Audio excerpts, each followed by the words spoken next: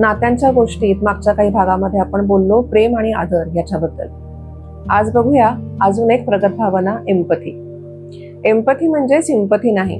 Sympathy म्हणजे सहानुभूती, इतरांसाठी वाईट वाटणं, दया वाटणं. आणि एम्पथी म्हणजे परानुभूती. म्हणजे काय, तर समोरच्या व्यक्तीच्या जागी स्वतःला ठेवून त्याला कसं वाटतं, त्याला आता एक्झॅक्टली काय हवं असेल. बुद्धी म्हणजेच इंटेलिजन्स. तो काहींचा खूप जास्त, काहींचा चांगला, तर काहींचा साधारण किंवा कमी असतो. तसंच एम्पथी ही प्रगत भावना काही माणसांमध्ये डेव्हलप झालेली असते, तर काही माणसांमध्ये ती फारशी डेव्हलप नसते. एम्पथी असणारी माणसं समोरच्याचं मन चटकन ओळखून घेतात. पण त्या लोकांना असं वाटतं की मला जसं कळतं तसं आजूबाजूच्या लोकांना पण हे कळणारच.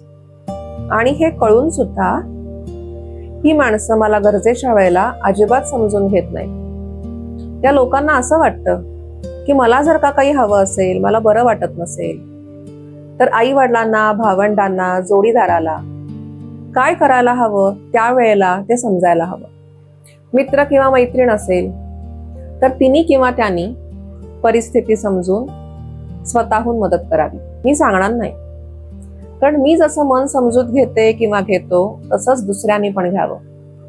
माझ्या या परिस्थितीत मला काय हवं, काय नको हे जर का सांगायला लागणार असेल तर हे कसलं समजून घेणारं नातं. त्यामुळे मी सांगणार नाही. आजूबाजूच्या लोकांच्या लक्षातच येत नाही, कारण त्यांना स्वतःहून कळतच नाही आणि म्हणून ते समजून घेऊ शकत नाहीत. त्यामुळे ही माणसं चक्क दुखावतात आणि रुसून बसतात. हे दुखावणं खूपदा बायकांमध्ये दिसतं. अशा वेळेला हे लक्षात घ्यायला हवं की मदत घ्यायचं सगळ्यांनाच कळतं, पण समोरच्यानी न सांगता भावना समजून योग्य मदत स्वतःहून करता येणं काहींनाच जमतं, कारण ते काहींनाच कळतं. म्हणून समोरच्याला जर का कळत नसेल तर तुम्हाला काय हवंय ते त्या व्यक्तीला हाक मारून सांगा.